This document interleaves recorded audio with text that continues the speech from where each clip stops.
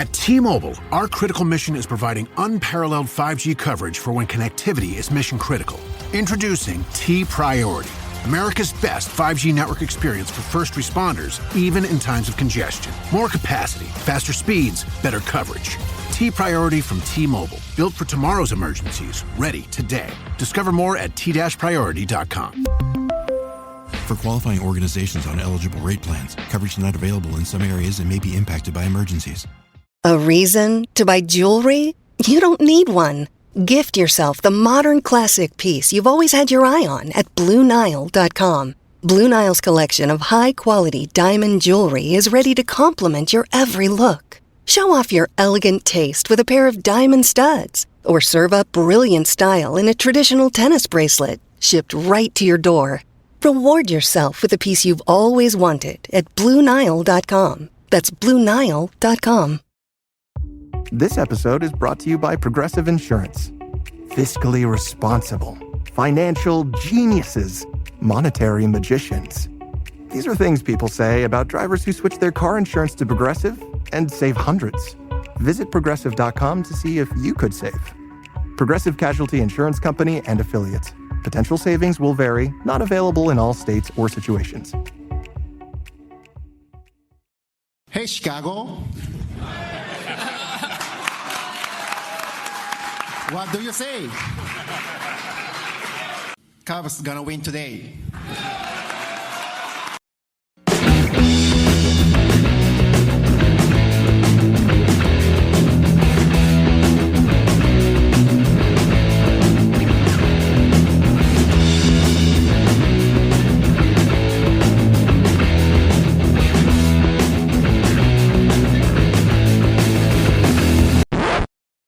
Welcome back to another exciting edition of the Pointless Exercise podcast.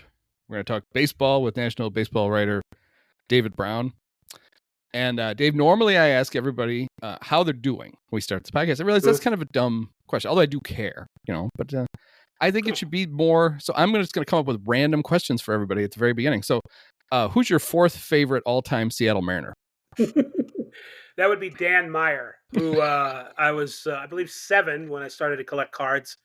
And not every other card was Dan Meyer, but it seemed like it. So that was a guy who was on the Mariners. I think he was in the expansion draft, and he was, so it would be Dan Meyer. Now, who the top 3 are, you're going to put me on the spot. Number 4 is Dan Meyer. Yeah. Well, I just picked 4th at random. Mine, I think, would be Domingo Ramos. Sure. Also played for the Cubs. But there was a guy I was trying to think of, and I should look. When I first started collecting baseball cards back in, I guess, the late 70s, maybe when I was a little kid, there was a white dude for the Mariners with the biggest afro, and I cannot remember who he is, but his baseball card, he always took his hat off, for his baseball card, so you could see it in all its glory. For some reason, it always stuck in my mind that it was Jim Beattie. It was not Jim Beattie. He did not have an enormous afro, so I was just always wrong. But we don't know who it is? I don't know who it is. I now have to find out. And so people who are so intrigued, they'll just have to continue listening to the podcast episode after episode until I finally get around to digging through my old baseball cards to find it. I can't think of who it was. But it was majestic. It was dark brown hair with like light. He had highlights in it, maybe I don't know. It was quite a thing. And I got a bunch of cards. And as a little kid, I loved it. I just thought that was the greatest. White guy, though. White guy, yeah. Right. Which also made it really exotic that he had a full afro, kind of like Dave Corzine did at DePaul. Yeah, which was really something. Well, that made his game a little taller. That's what got him to the NBA. It, just like Fletch. Yes. Fletch was 6'5", 6'9" with the afro, and Dave Corzine was 7 foot 7'6" with the afro. Right. It didn't make him any good, but good old number 40 for the Bulls. He just got his number retired by DePaul. He was a very good player at DePaul. He was a great college basketball player. And then he had a long career in the NBA because that was the time when every team had like 2 really slow white 7-footers. You just had to have them. Didn't matter. The Billy Pultz clones. Or if you were the Bucks at one point, you had like 6 of them. Right. You just kept adding to him. And then like, oh, we got Larry Kristoviak. He's by far the most athletic of them. It's like, well, this is a bad sign. Really. How many Paul McKeskys and just some strange looking people on the Bucks. Yeah. Those Bucks Celtics playoff series were just a lot of really unattractive, large white people rubbing up against each other. Terrible. I don't know if you knew this. The Cubs are already 0-2. Oh, right. Dodgers are 2-0, which I think we all kind of assumed. Kind of a flex for the Dodgers. Like, you know what? We're going to go over to Japan, play the Cubs, and we won't play Mookie or Freddie Freeman in the 2 games. See if you guys can compete. And the answer was we can't. So that was fun. Mookie, I'm worried about Mookie. Like, really worried about Mookie. They had a press conference during one of those games the other night where they play the Angels, the Freeway Series, or whatever it's called, I believe you're Mookie, right. to explain what the deal is with him. He has lost 17 pounds in 8 days. He doesn't have 17 pounds to lose. It's more than 10% of his body weight he's lost in 8 days. That is, we thought Tommy Lasorda on Slim Fast was an amazing Dodgers diet. Mookie on opening day stand when they introduce him, put his thumb in the waistband and show just how big his pants are now? Yes. Like, Mookie, that's a cry for help from you. You're Mookie's very gonna tiny. be like, he's going to be all hoodie, just like Death.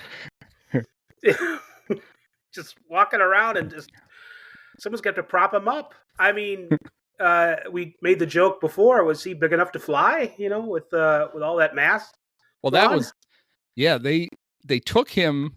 I guess he was starting to get sick. Like, they're like, oh, you know, it's probably nothing. And he flew all the way to Japan. And that doesn't stress the body out or anything. No. And stuff apparently has been coming out of any orifice he can open up. Stuff will come out of it. Flew all the way to Japan. I think he wandered around the field during the first workout day. And then they said, oh, Mookie's got to go home. And they put him back on a plane and flew him home with stuff still coming out of both ends. I don't know who I feel worse. Well, I do know. I feel really bad for Mookie. I also feel bad for whoever else needed to use the bathroom on that airplane. Because Mookie was always in it. And Mookie wasn't in it. You didn't want to be in it, I would guess. Right. The Dodgers have put him through the ringer a little bit, and I don't mean Bill Simmons. They're like, hey, Mookie, can you just go play shortstop? Yeah. Okay, sure. You know, Mookie, hey, can you fly 2 trans-Pacific flights while you're wasting away to nothing, and we don't know why? Yeah, sure. He's the ultimate team guy. You know, he's not just a bowler. He's amazing. I hope he's okay.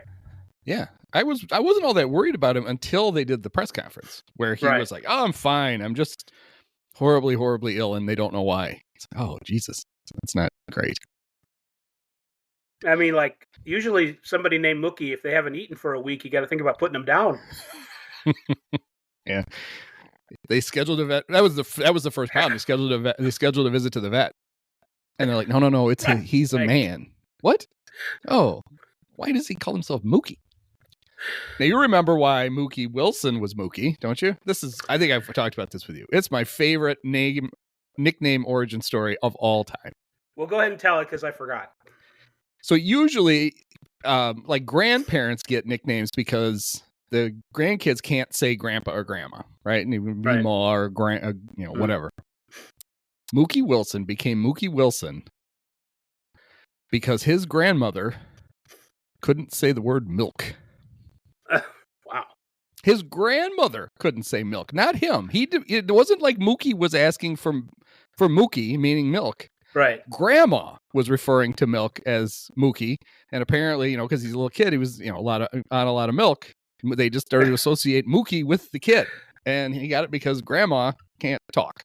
That's adorable, but also perhaps a little concerning. It's troublesome. It's more troublesome than it is adorable. Oh yeah. But yeah, I thought the games in Japan were great. Cubs Cubs, when you include the 2 exhibition games, they scored 8 runs in 4 games. 4 of them in 1 game against. Don't laugh. No, I was crying through my laughter. There's nothing quite like getting up at 4:30 in the morning, 2 days in a row, to watch your team play 2 of the dullest baseball games they've ever played. I don't know how I stayed awake through the entire thing. Right. But yeah, it was, and I wasn't the only one. I know there were other people who were. When you look at the Cub lineup, and you get through 1, 2, 3, you go Hap. That's not bad. Pretty good leadoff hitter. The best use of him. Kyle Tucker. That's a really good player. Seiya Suzuki. Sure, you can buy yourself into that. Oh my God, we got Michael Bush batting 4th, and Matt Shaw's hitting 5th, and they're doing it on merit. This is not great. It's like, wait, I thought we built a good lineup. Where is everybody? I know Nico's out, but that's not exactly an offensive ball of fire to add back to the lineup. Now I know that I think I found your Mariners Afro guy, by the way. Oh, good. It's the first Mike Stanton. It's Giancarlo's dad. It's not Giancarlo's dad. Well, I can't say for sure. But I'm looking at some of his photos, and he's got a lot of hair. Yeah, he does have a lot of hair. He's very Afrocentric.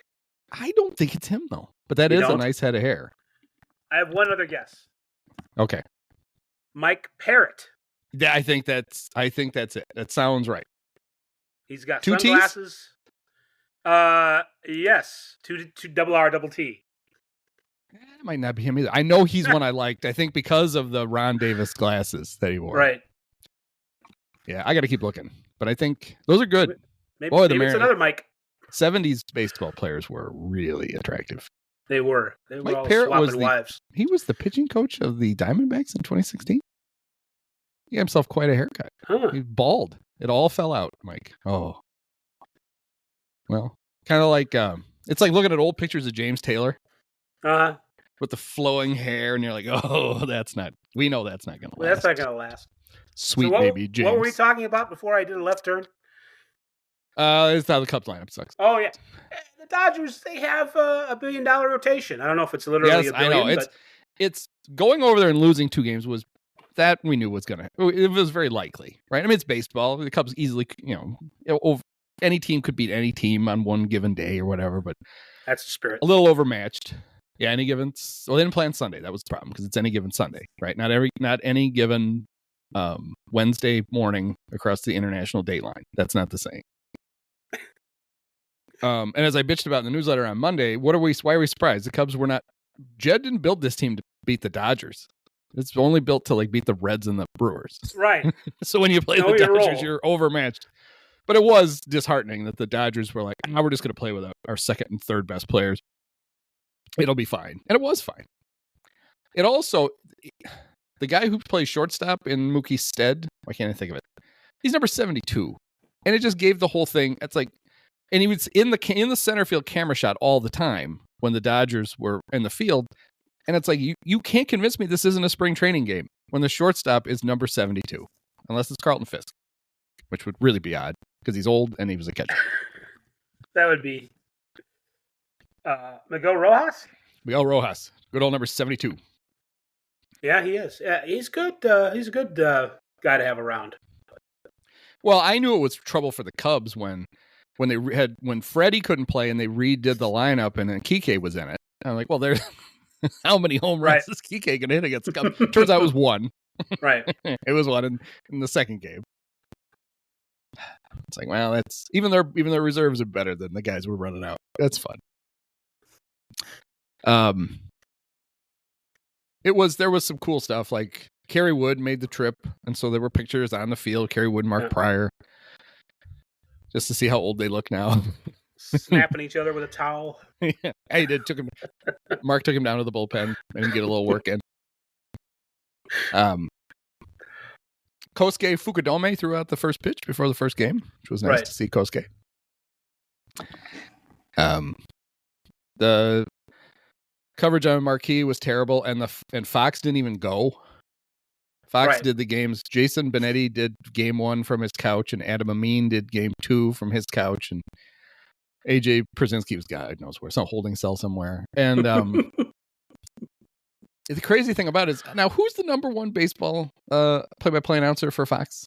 That would be Joe Davis. Yeah, he was there. Right. It's like your number one announcer is in the Tokyo Dome. You could do the game live somehow. He's there. I know he's working for the Dodgers, but I would think his contract with you probably supersedes that, right? Well, I mean, yeah, I don't know. Benetti has some interesting clauses or did with the White Sox. Yeah, I think there was some chirping about how much deference was paid to the Dodgers in talking about this series and who's this really for and blah blah blah blah. And maybe they did a little more deference with Joe Davis, so they let him have the Dodgers have their announcer. No, we demand our announcer. Yeah. So Fox, I'm sure was fine with it because they didn't have to send a production team over. There you go. Yeah, but it was just weird, right? It would be like, ESPN doing an NFL game and having one of their like college announcers announce it, and then you look and Joe Buck is like sitting in the booth doing it just for one town. It's like right. This is just very odd. So it was very interesting to me to try to figure out. I just assume everybody got the same production. Fox, whatever the Dodgers thing is called now, and Marquee. And with limited ability to drop your own stuff in, because Marquee had some problems with that they did the 2 exhibition games plus the 2 regular games, and they couldn't always get the camera shot they wanted when they wanted. And some of it could be their announcer, Alex Cohen, is completely overmatched, and he may have literally been queuing up the wrong thing. But I feel like they were at the mercy of, the cameras are going to be pointed at these things right now. If you have a request, we'll try to accommodate it. That was odd, but there was some cool stuff that had nothing to do with Marquee. I really like the weird little 3D replays that they could do. Yeah, and they're you did. I thought they were cool. Yeah, where they could like you could zoom in on the field behind Dansby Swanson when he dove to grab the ball and throw it over. They were a little glitchy looking, which I think added to their charm, maybe. But Alex Cohen kept calling them animations. Yeah. It's like, they're not drawing these, Alex. There's not enough time to draw them. It's something else. So that was the AI. Maybe the AI could do it. The AI is pretty smart. Well, that's probably what it was. Well, I was going to make Marquee has AU, artificial unintelligence. They've got enough. They don't need artificial. They have enough of it.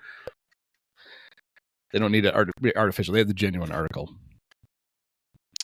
But then the Cubs came back and back to spring training, which is really odd. Yeah. And now they're playing their Cactus League rivals, the Atlanta Braves, for 2 days. Because the Braves are, I guess it's weird, right? For the Cubs, typically you break spring training and then you go play another major league team in their park somewhere on your way to opening day. Right. Well, the Cub opening day is against the Diamondbacks. So they're not going anywhere. They're just like driving. So I don't know where the Braves are opening, obviously somewhere on the West Coast. So they just invited them to come over to Toilet Flapper Field and play a couple of games. So they just, and make up for the gates that they lost, the all important attendance that they lost while they were in Japan. But, well, anyway, they're 0-2. The Cubs have a very rough start to the season. They have they have 5 more games with the Dodgers in April. They've got 7 games with the Diamondbacks. They've got 6 with the Padres. They've got the Rangers for 3. They're like the light part of their schedules. After they play 4 with the Diamondbacks, they go to West Sacramento to play the A's. They're going to have to win one of those to avoid coming home 0-8, which would be a fun way to start your season. But I'm sure they'll be fine because it is baseball and you shouldn't lose all when you play really good teams, you should be able to beat them once or twice, right? It is going to be interesting to see. Well, the A's I don't think a whole lot of that division. So I don't know if it's like the A's coming up or the division going down to them.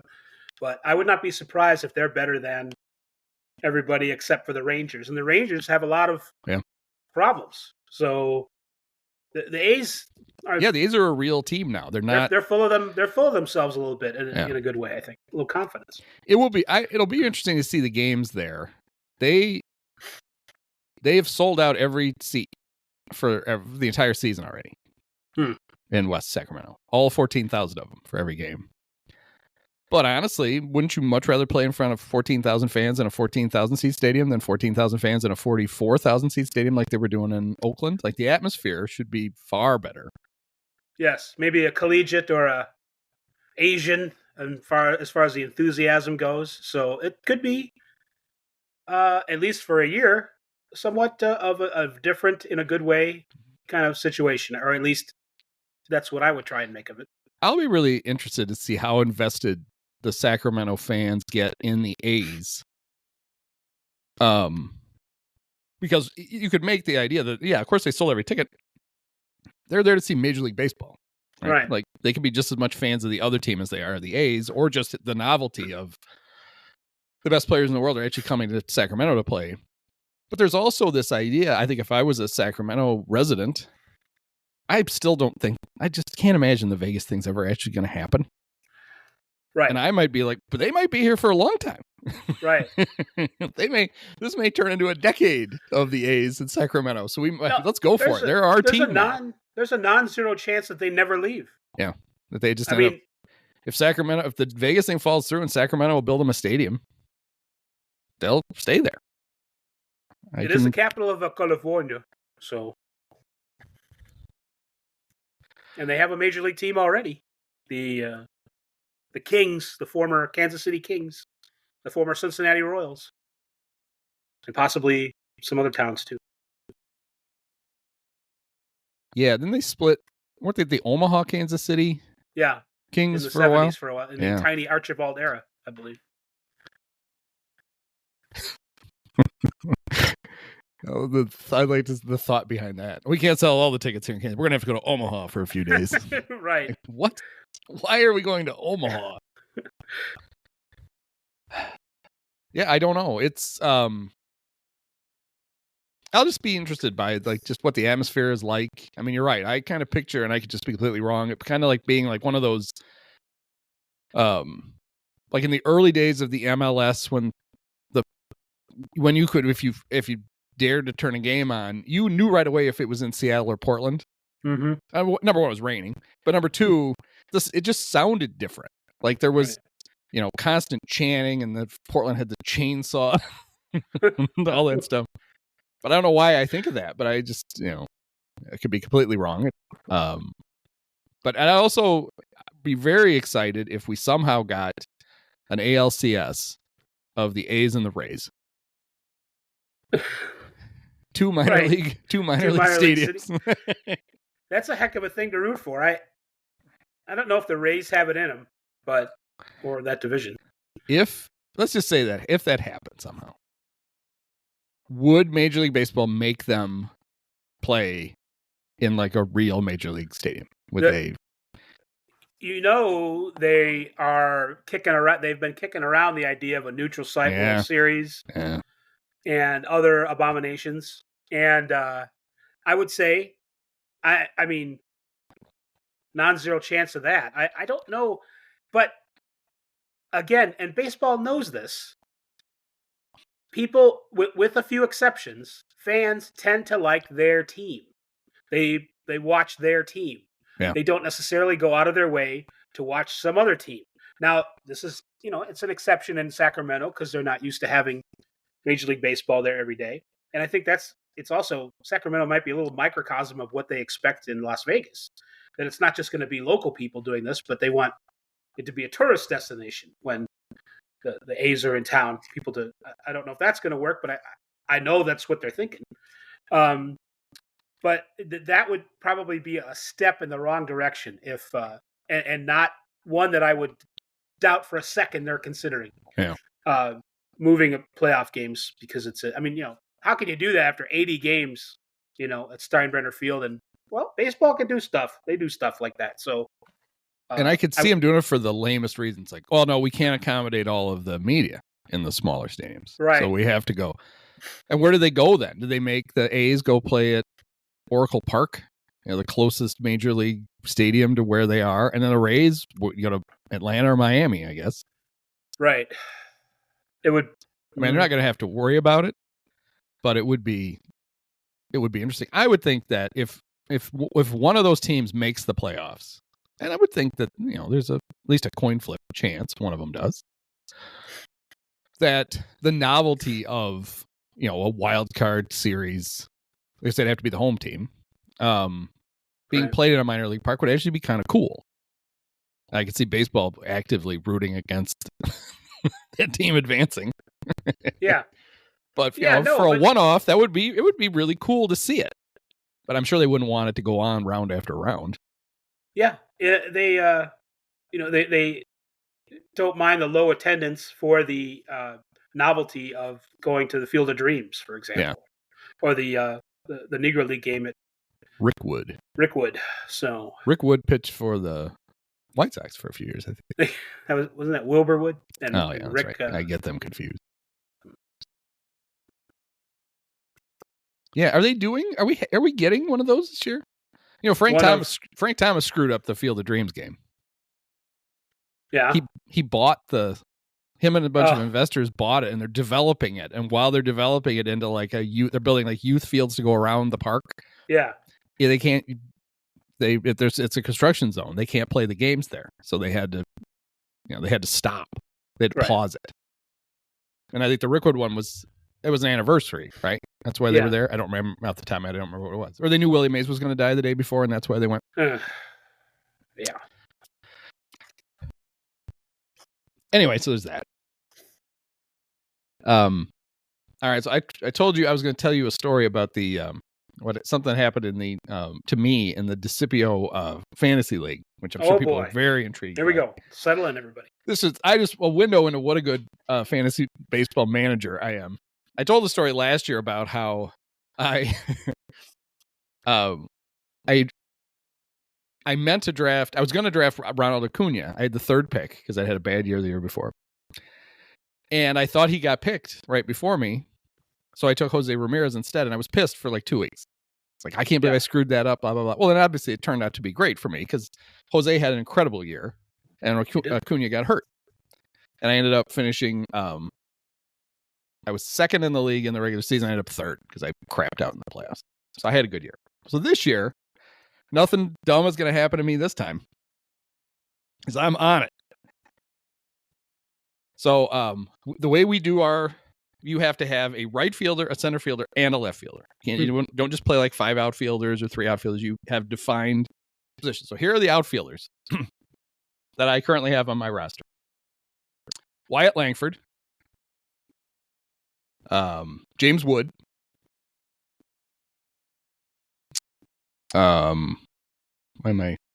Pete Crow Armstrong, Ronald Acuna Jr. All right. I picked him this year. Mike Trout, Roman Anthony, and Cam Smith. It's a keeper league. So late in the draft, I took Roman Anthony and Cam Smith. And I'm feeling really good about it. I'm like, this is a real assortment of talent. Sure. Acuna will start the year on the injured list. Yeah. I have 6 other outfielders. Mm-hmm. I don't have a right fielder. I will in 5 to be there the whole time. I will in 5 games when Mike Trout becomes the right fielder. But I don't have a right fielder. I noticed that the other day as I was flipping my lineup around. I'm like, oh, that's genius. So is the ball just going to drop out there all the time, or what's going to happen? Right. It's just going to roll to the wall.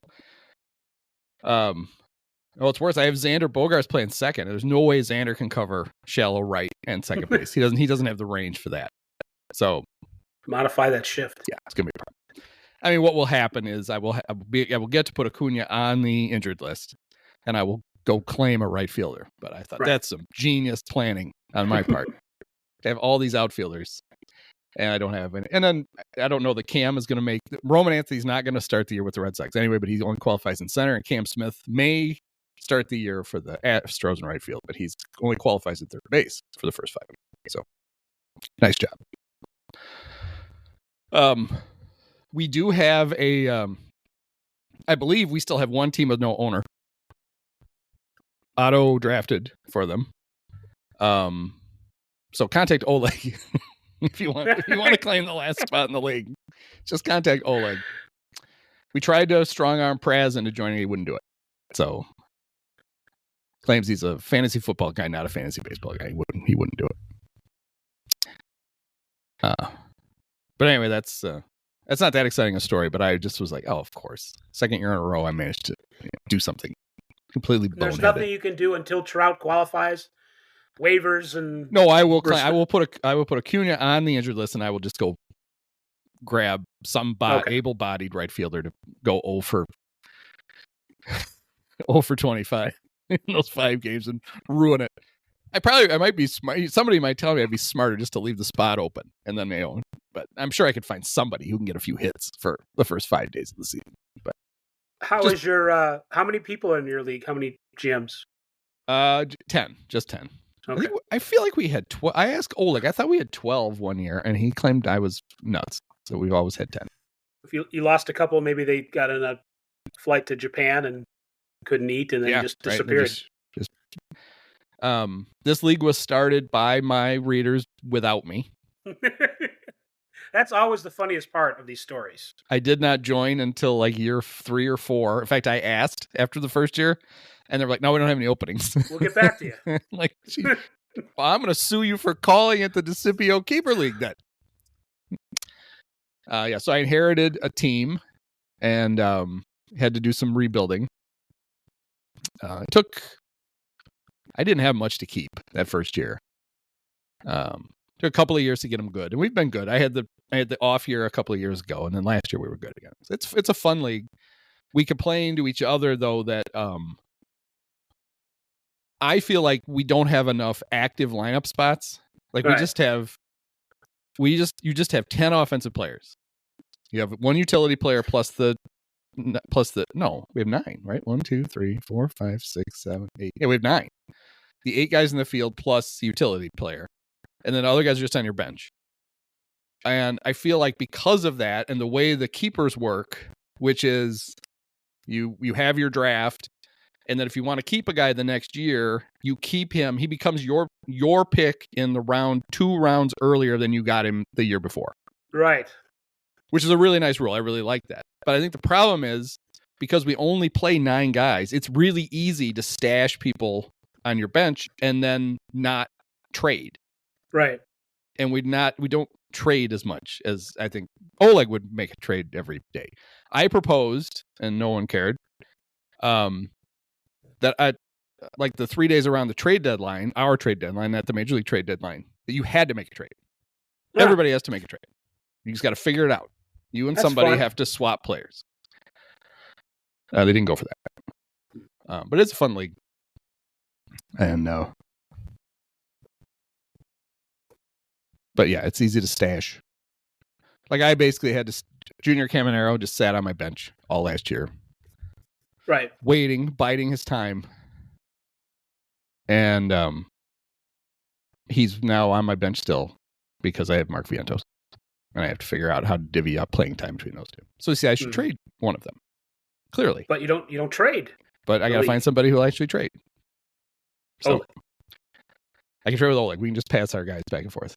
Right. There's also no limit to how many guys you can keep. 25-man roster. Oleg kept 15 guys from last year. It was a really good team, but it's like, man, that's a lot of keepers. A lot of guys not going back into the draft for Does other people. Have any White Sox? Somebody's got Luis Robert, probably. Yeah, he lingered out there for a long time during the draft because he was not eligible to be kept. He'd been picked too high. I had Robert. I had him a couple of years ago. I had him when he wasn't. I had a non-good year. Maybe 3 years ago then. I had a non-good Louis Robert year. Right. Somebody's got to have one. Let's look real quick. Why not?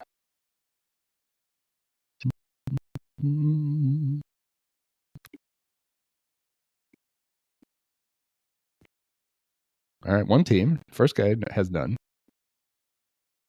Second team has None. I can say to my new Samsung Galaxy S25 Ultra, hey, find a keto-friendly restaurant nearby and text it to Beth and Steve.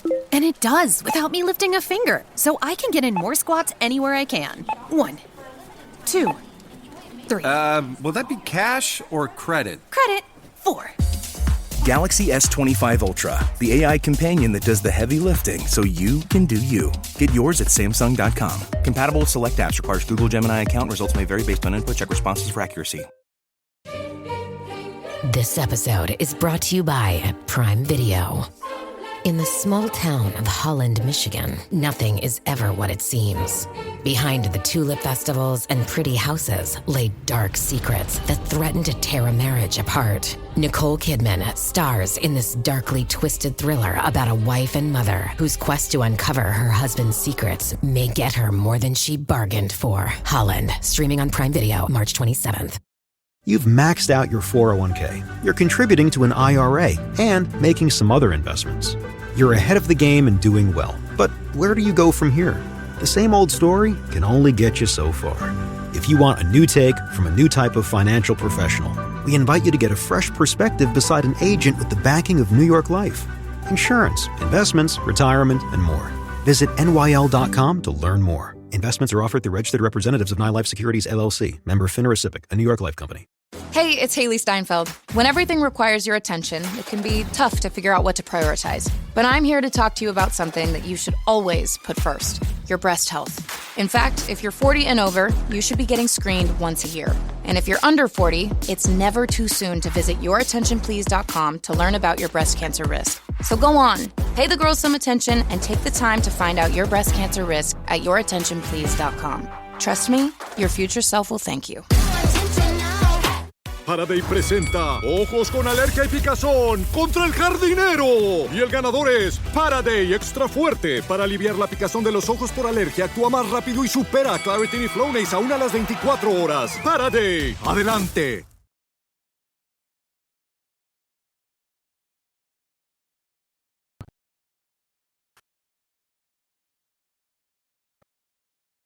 How about auto draft? Do they have? They have 6 of them. No, they don't.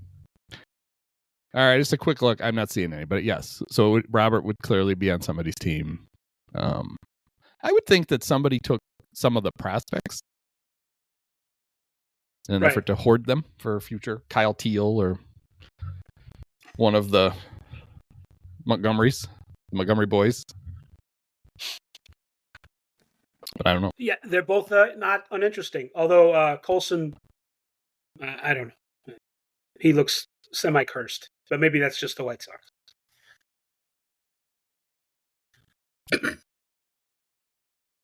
So I was looking at Eno Saris wrote an article. It was his 10 bold predictions, but he had one where he went through and he listed the guys who are in the top 100 on Baseball Savant, I guess. Some place that measures sprint speed and bat speed. Yeah. There's 16 players that are in the top 100 of both. And the number one guy is, I guess he ranked them by, how did he rank them? Combined? Who had the highest number? O'Neill Cruz. Runs fast, hits the ball hard. Joe Adell is second on the list. And we've been waiting for Joe Adell to break out for like 5 years. It's going to happen one of these days, maybe. It is. Probably not. Yeah, probably will. Well, there's like Matt Chapman. He's fast. 28.7. What are you doing? Miles per hour? Yeah. Julio Rodriguez is on the list. Gunnar Henderson. Mike Trout is still on the list. Hey. I don't expect a lot of stolen bases out of Mike. So you can't steal him on the injured list. Caution. You'll use caution too. Elly's the fastest. 30 miles an hour.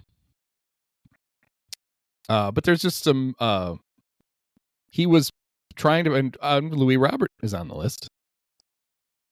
I'll just give the list real quick.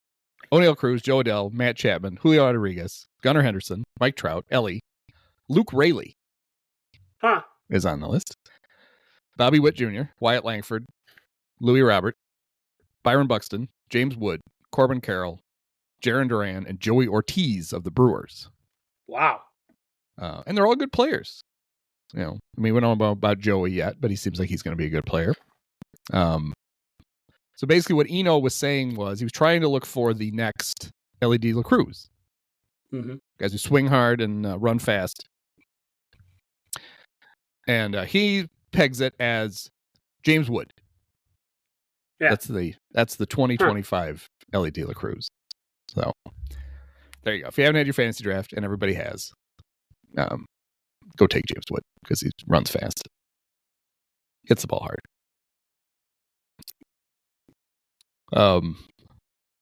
He also talked about how good the Phillies starting rotation is. Yes. And how maybe not so good their bullpen is, but that they probably still have the best overall pitching staff because the bullpen's not bad, but the starters should help bridge that gap. If I don't know if I'd start with Zack Wheeler, but I'd be really happy if you need a pitcher, Zack Wheeler's available. Let's bring in Zack Wheeler. I believe his wife's really smart too, because that's why he avoided the White Sox. Yeah. Who gave him a little bit better offer than the Phillies. She's from Jersey, I think, and she's like, let's go to Philly. I was hoping the Zack Wheeler, his initial trade was going to start a trend. And that was, I don't know if you remember it, that was Giants traded him to the Mets for Carlos Beltran when Carlos Beltran was still really good. Right. And that was like the team trades a really good player for a really, really good prospect. Right. Just, we don't get a lot of that. You get a lot of teams like to go, they need multiple prospects. They want more than one shot at it. And they inevitably take a slightly lesser prospect as the headliner because they want more than one shot at it. And I don't think that's the right way to do it. I don't either. And very typically, like sometimes none of them work out and sometimes one works out. Great. So you picked a lesser prospect. Yeah. You got rewarded with a lesser prospect when you picked 3 guys instead of 1. That's like really the best case scenario for that kind of thing. It's very rare that 2 guys work out or 3. It does happen, but you got to be lucky and good there when you're scouting. And it's funny, you'll hear Giants fans will lament, we should still have Zack Wheeler. It's like, well, he's been a free agent twice since you got rid of him. You could have him. Sure. You could have had both. You could have had your cake, and you could have eaten that cake too. Traded for Carlos, made a run at the World Series, and then a couple of years later, gotten Zach back, but you didn't do it. So stop complaining. Beltran did not hit, I don't believe, with the Giants very well. So, and not like he did when he went to Houston. Oh boy, he went nuts. That was right before he went to the Mets, right? It was banging, so to speak. Yeah. Yeah. As a manager, he's with Houston right before he's with the Mets as a manager. It was a very short stay. Was he officially? He was officially announced. Yeah. And then they said, "Okay, no, sorry, Carlos. Back out slowly." Bang, bang, bang. Oh, we hear somebody sitting in a garbage can. You have to leave. What? Yeah, I think it was Dan. Do you think I should hold that against him for the Hall of Fame? That he lost the Mets job, or that he was banging on the garbage can? That he was banging on the. Yeah, I don't know. He's which book is it? If I put my glasses on fast, I can see it. Yeah, the book of Job. Winning Fixes Everything. Yeah. By Evan Drellick. Is the book about it's about that scandal, basically. It's really about it's a really interesting book. It's about what led to the scandal. Well, it's about that whole era of Astro. It starts off, it's this great story of this, this front office that thought of everything differently and hired this egghead manager, AJ Hinch, who could actually take the stuff from the front office and make it all work. And then all of a sudden, bang, bang, bang on the garbage can. And who knew what and when they knew it. And Carlos is a huge part of it. It's not just, he was on the team when it happened. Right. He was chief. He was the guy who, when he wasn't batting, was watching the monitor to tell the other, because he would relay then to the garbage can guy when to hit it or not. And Carlos was like the main guy who would tell them when to hit the can and when not to. So it's a big part of it. He wasn't just involved. He was kind of orchestrating the whole thing. And then they talked about how baseball is wonderful. Like teams were complaining. Like the teams knew this was happening. Remember the Nationals, with nobody on base in the World Series, were using multiple signs to call pitches. Right. That's a bad thing. Teams told baseball would be like, all right, we're going to come down and we're going to see whether or not you have a TV in the hallway. And then the Astros would have like an hour to go take the TV down. Right. And we're they coming. would. And then baseball would come. And there was like, I just picture like a TV bracket in the hallway. There was obviously like, a TV. And they're like, why is the wall warm? Yeah, like too lazy to like the plug is still in the wall, but it's just hanging there because they pulled it out of the back of the TV. It's just laying on the floor. Remote control batteries strewn there's on a the garbage ground. can around the corner with huge dents in it, and they're like, "Oh, there's no TV here. They're fine. That's nothing to see here. Don't worry about it." Yeah, I don't know. Maybe you can hold it against him or not. I don't know. I do know that back to the Zack Wheeler thing. Dan Plesac on one of those little MLB Network shows was asked if you could have any pitcher pitch Game 7 of the World Series this year. He picked Zack Wheeler. I might pick Tarek Skubal, but I might pick Zack Wheeler second. Yeah, he's really good. And then they have Aaron Nola, and they have Christian Sanchez, and now they have Jesus Luzardo, and they have Ranger Suarez, who hurt himself doing something. I don't remember what it is, but I don't think it's back long term. Got it back about a week back. So that's good. Actually, that reminds me of a trivia question that I thought of. I didn't think of it. I heard it, and then I put it on the Blue Sky yesterday. Because the Giants have two pretty incredible streaks, both which involve Barry Bonds still. No Giant has hit 30 home runs in a season since Barry did in 2004, which is by far the longest streak in baseball. And no Giant has started in left field on opening day in consecutive seasons since Barry left. And that will continue this year when Elliot Ramos plays left field because he wasn't on the roster at the beginning of last. Plus, he was playing center most of the time last year. And I think maybe Elliot will be the end of that. He may stick around for at least another year and left or whatever. But I've got him on I got a couple shares of Elliot on my fantasy team. So if we can just stick that in there. Yep. On my side, yes. He was this longtime top prospect who they would never really give like a real shot to. Like they would call him up and he'd play him for a week and then they would be like, that didn't work and send him back.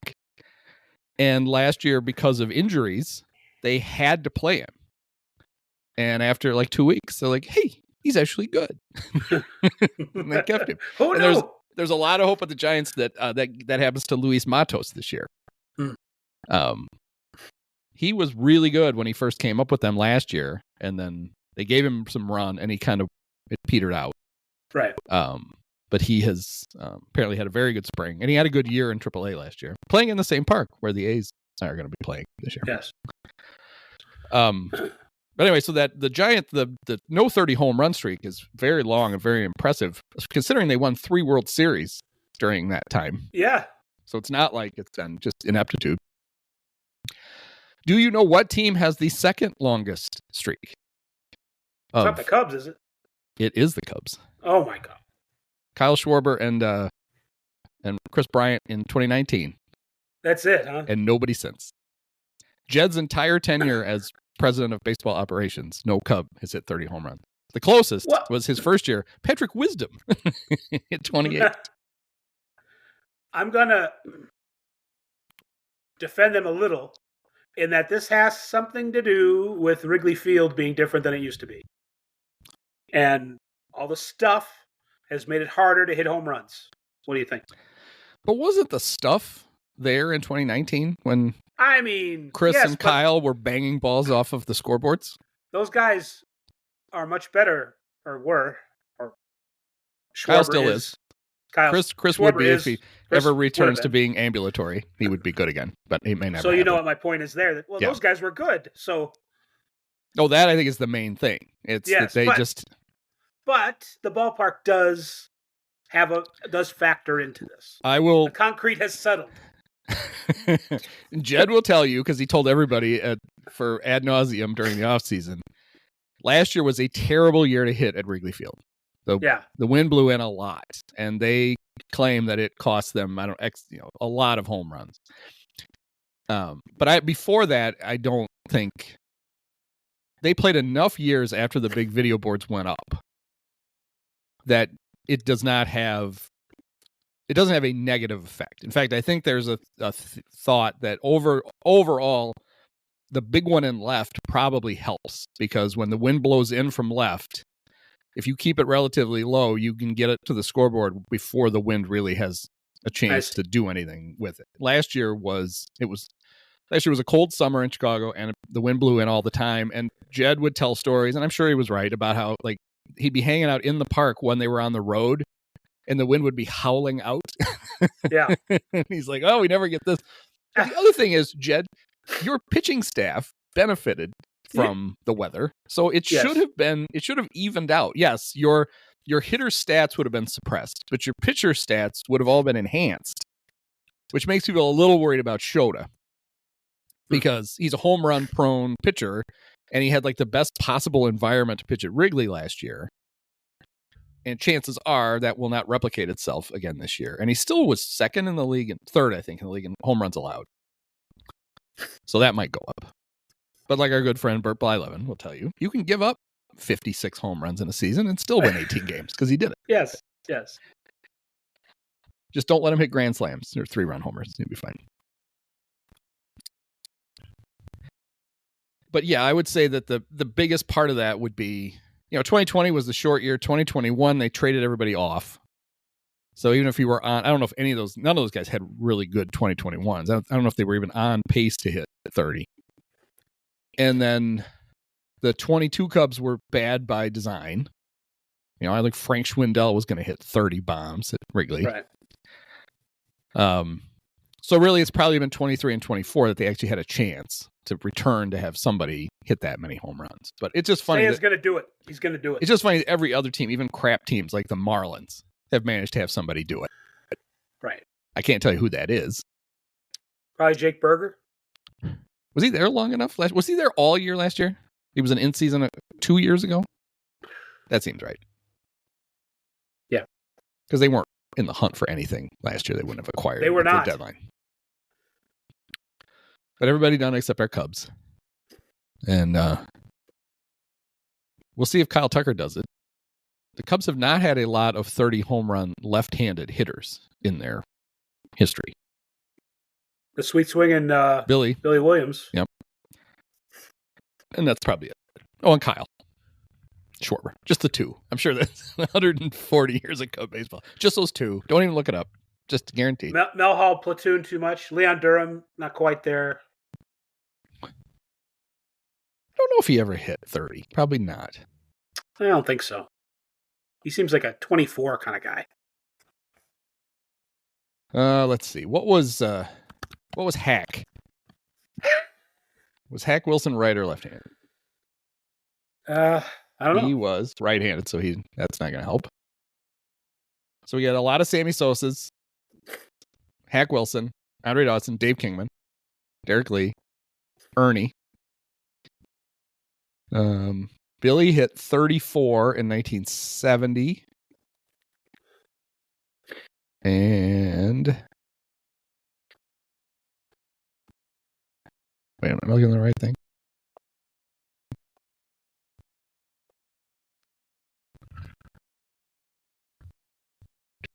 Oh, I'm looking at the right column. Yeah. Billy hit 42 in 1970. What about Hank Sauer? Boy, Leon Durham was really good. Did he have a bad back? Is that why he hit 30 and that was it? Yeah, the Coke probably didn't help. Oh, sure. He's Mike Donahue's one of his favorite player of his youth. And everybody liked Leon. He was cool. We liked Leon. Absolutely. Hank Sauer doesn't count. So far, just Billy. And then you get down to, this thing wants me to buy the rest of the data. What about Gabby Hartnett? The Globin, he's a right-hander. Yeah. He did do 37, but he's right-handed. Canva presents the killer of productivity. It was an ordinary workday until... Oh no, this meeting. It could have been an email. Run. Canva had a creative solve. Get email. I'll just put the info the team needs in a Canva doc, and I'll make it visual with images, charts, and graphics. Bring productivity killers to justice with creativity. Love your work at canva.com. Este episodio es presentado por Honda. Descubra la nueva Honda Passport Trail Sport todoterreno. La Passport más todoterreno que Honda haya imaginado jamás. Esta Passport cuenta con mayor altura al suelo, barras de techo en todas sus versiones y neumáticas especialmente diseñados para cualquier terreno. Además, disfruta todos tus viajes con el control de clima de 3 zonas, techo panorámico y opciones como asientos delanteros con calefacción y ventilación. Conoce más en honda.com/passport.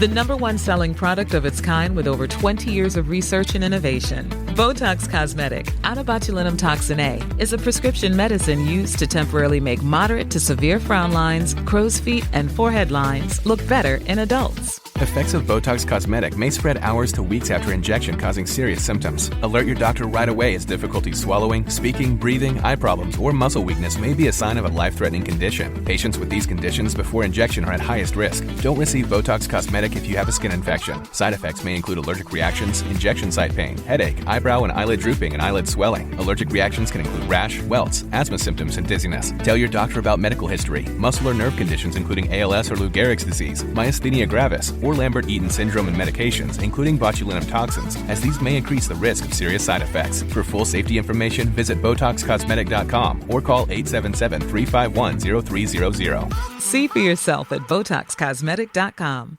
Empower. Claire is practicing her breathing for her upcoming yoga retreat in Bali. Has she ever done yoga before? No. But Claire worked with Empower on her savings and investment strategy. She got good at money, so she can be a little bad. Empower. Invest well, live a little. Join our 19 million customers today at empower.com. Past performance is not indicative of future returns. Investing involves risks. You may lose money. Advisory services are provided for a fee by Empower Advisor Group, LLC, EAG, a registered investment advisor with the Securities and Exchange Commission. Om Namaste. A reason to buy jewelry? You don't need one. Gift yourself the modern classic piece you've always had your eye on at BlueNile.com. Blue Nile's collection of high-quality diamond jewelry is ready to complement your every look. Show off your elegant taste with a pair of diamond studs, or serve up brilliant style in a traditional tennis bracelet, shipped right to your door. Reward yourself with a piece you've always wanted at BlueNile.com. That's BlueNile.com.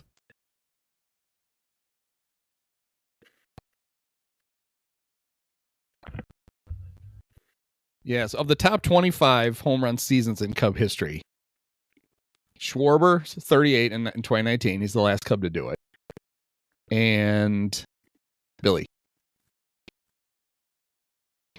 He had 42. I don't have the list of all the 30 homers, guys, but Wrigley has not typically been, or maybe the Cubs just haven't had big, hairy-chested left-handed batters to take advantage of it. But it's been far more of a right-handed hitter ballpark than that. So go get him, Kyle Tucker.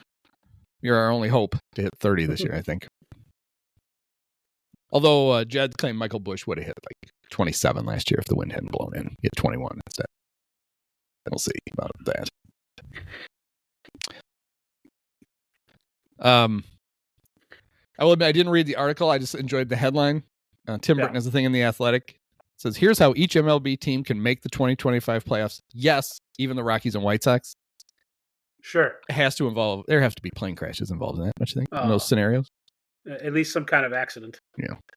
Some kind of chemical spill at the All-Star game. Lots and lots of banging without being noticed. And there's this interesting thing in the American League where every team except the White Sox is projected, their win totals are projected within 10 of each other. Oh, and they're the... So what is that? 14 of the 15 teams are all projected between like 86 and 76 wins. Right. It's this big clump. And then you think to yourself, like, well, when you think of who might be the best teams in the American League, like think of the Rangers, and you're like, well, yeah, but their pitching has already fallen apart. They're going to have to slap that back together. So that makes sense why they're not that high on the list. This is what baseball wanted. Wanted every team to go 81-81. Pete Rozelle, famous former baseball commissioner, wanted every team to go 81-8. No, that's not right. He wanted every football team to go 8-8. Right. He was a big baseball fan and loved parody. Yes. Why don't you guys add some wild cards too? Because that's sort of how he talked. Well, I don't see it for the White Sox. I don't know about 100 losses either. I think that's light. I know they were unlucky to lose 122, but I'd still say 110. They'll be pushing 110. Yeah, they're bad. And they're bad and unlucky and hurt. And they had like 7 guys have Tommy John this week. So, and I'm not even really exaggerating. It's something like that. And they're not all, important players, but a couple of them were. Some of the prospects they got back from one of the prospects they got back for whoever it was, Dylan Cease, Drew Thorpe. Yeah. Yeah, so he has 3 teams projected to lose 100 games. Sox, Marlins, and he has the Rockies predicted to lose the most, 107. But nobody, the White Sox, the 122, we talked about this a lot last year. It affected the playoffs last year because there was a reason there were 3 AL Central teams in the playoffs, and it was because they literally went, 12-1 or 10-2 against the White Sox. It's a lot of extra wins that other teams didn't get the advantage of. So I don't know if that'll happen in the West this time with the Brockies, but 107's on 122. It's right. It's just a window into just how terrible the White Sox really were. And that makes me wonder how bad the Twins season actually was, because they can only win 82 games. Weren't they the only team? Somebody went 500 in the division against the White Sox. Yeah. Maybe it was the Guardians. Cleveland? Yeah. They overcame that. They missed their built-in advantage. Well, anyway, it'll be exciting to have real games on at normal times this week, starting on Thursday. I'm going to get up at 3 a.m. just because. Just I'm to so prep. excited. Right. I mean, I got up and I went out and I tailgated in my driveway. Right. I was going to get up at 4:30 for the 5 o'clock. I better get up at 3:30, so I did. Neighbors called the cops. So we had a little block party with flashing lights and looked like a rave. And then when I bailed myself out, I got to see most of Game 1. I didn't think cooking in your driveway at 3 o'clock in the morning was illegal. Apparently it is. It depends what you're cooking, I guess. You know what Hank Sauer's nickname was? Sweetie. The Honker. Oh, I hope it's because of his he had a nose. big nose. Yeah. The Honker. Oh, yeah. I see it. Yeah. Yeah, nicknames were meaner and more accurate back then. It wasn't just take the first letter of your first name and the first 3 letters of your last name, combine those into a hilarious nickname. Right. This was, let's find a physical attribute we can make fun of, and we're going to do it. I mean, Boog Shambi claims the reason his nickname is Boog is because he was a fat redheaded kid, and Boog Powell was like the fat redheaded guy that everybody knew, so they called him Boog. Right. I see the resemblance. Yep. I'm picky. I'm just gonna complain. Yeah. I don't like the fact that the Cubs. So we had the 2 games at 5 o'clock in the morning, and then they don't open on Thursday until 9:10 at night against the Diamondbacks. They don't play a day game until Sunday. It's like, come on. That's weird. The Twins are like the total opposite. It's like 15 out of the first 16 games are during the day or something. Yeah, I would take that. Even when I play MLB The Show, I usually change the time to a day game. I just like the way it looks. I just think it looks better. There should be a setting. Marquee should work on that. A setting where you can hit a button and it'll look like they're playing a day game. I'd go for that. And then the improvement after that would be some kind of visor where the players could see it like that. I'm a much better hitter during the day. Well, let's make it daytime. Oh, this is good. Well, that was like it's fun to go back to like when you watch like games from the 70s and there'll be some batter with like those yellow tinted glasses on. You know, that's why he was doing it, because I see so much better. I've told this before, but it always sticks with my head that during his last year with the Cubs, which was terrible, Larry Boa showed up at a game against the Mets and he had glasses. He wore glasses while he was playing. And Harry said, "Oh, now that he can see, I'll bet the baseball looks like a beach ball." And then I so wanted Harry to say, or maybe Steve, would have been good for Steve, when Larry struck out to go, "Oh, Harry looks like he can't hit a beach ball either." I'm pretty sure that's what my dad said as we were watching it. But I always remember that every time I see a player that has like, glasses is right. Oh, almost looking like a beach ball now. I bet it does. I'm stuck on one more thing about Hank Sauer. Yeah. I opened up his page to see how big his nose was, and I was impressed. But also, before he got to the Cubs, he was with the Reds. And A, it looks like World War II kept this guy out of the Hall of Fame, for one. And two, because he had 37 home runs when he was 35 years old. But anyway, he led the league in strikeouts for hitters in 1948 with the Reds. Do you have any idea how many? Well, I'm looking at it. That's the problem. Because it jumped out to me, too, when I looked, because it's, So 85. 145 games. He struck out 85 times and led the National League. It's amazing. There's some guys that don't get through June without 85. Yes. It's funny, though, how that the stigma has like completely gone. But it wasn't that long ago. I remember when the Brewers benched Jose Hernandez for the last 3 games of a season so he wouldn't strike out 200 times. Right. Nobody cares anymore. It's like, just let him strike out. Chris Bryant, in his Rookie of the Year season with the Cubs, struck out 199 times. 3 times in his first game ever. We booed his ass off the field.